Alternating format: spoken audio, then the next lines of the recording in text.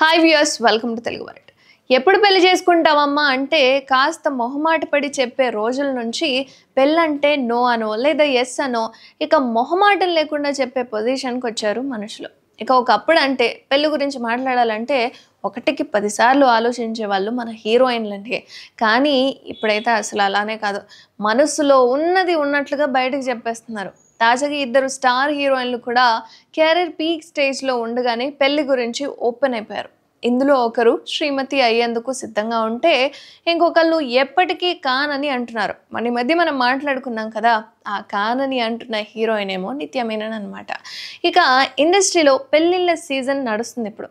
పైగా ఒకప్పట్లో పెళ్ళైతే హీరోయిన్లకు అవకాశాలు రావేమో అనుకునే భయం అస్సలు లేదు ఇప్పుడు. పెళ్ళైన హీరోయిన్లు కూడా చాలామంది దూసుకుపోతున్నారు ఇండస్ట్రీలో. ఫర్ ఎగ్జాంపుల్ కియారా అద్వానీ కావచ్చు, కీర్తి సురేష్ లాంటి బ్యూటీస్ కూడా హాయిగా పెళ్లి తర్వాత కూడా వరుసగా సినిమాలు చేస్తూనే ఉన్నారు. అందుకే ఏ వయసులో జరగాల్సిన ముచ్చట ఆ వయసులోనే జరగాలి అంటారు మన హీరోయిన్లు కూడా. అయితే పెళ్లి గురించి ఇండస్ట్రీలో మరో ఇద్దరు హీరోయిన్లు ఓపెన్ అయ్యారు ఇప్పుడు. అందులో శృతి హాసన్ ఒపీనియన్ చాలా విభిన్నంగా ఉంది. ఎంతైనా కమల్ హాసన్ కూతురు కదా, కాస్త విలక్షణంగానే ఆలోచిస్తుంది ఈ బ్యూటీ. పెళ్ళి తన కప్ ఆఫ్ టీ కాదంటున్నారు శృతి. రిలేషన్ ఎంజాయ్ చేస్తాను కానీ మ్యారేజ్ మాత్రం తనకు సెట్ అవ్వదు అంటున్నారు. ఇప్పటికే శృతి హాసన్ సీరియస్ రిలేషన్షిప్లో కూడా ఉంది.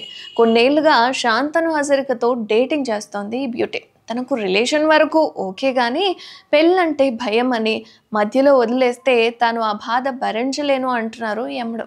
అందుకే పెళ్ళికి మాత్రం నో అంటోంది శృతి హాసన్. పెళ్లిపై మృణాల్ ఠాకూర్ ఏమంటుంది అంటే తనకు త్వరగా అమ్మ అవ్వాలని ఉందట, పిల్లలతో లైఫ్ ఎంజాయ్ చేయాలని ఉందంటూ చెప్పుకొచ్చింది.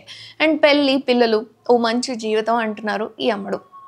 కాకపోతే పెళ్ళి ఇప్పట్లో ఉండదని, ప్రస్తుతం కెరీర్పై ఫోకస్ చేస్తున్నానన్నారు మృణాల్. మొత్తానికి మన హీరోయిన్లకు పెళ్లిపై ఒక్కొక్కరికి ఒక్కో ఒపీనియన్ ఉన్నదన్నమాట.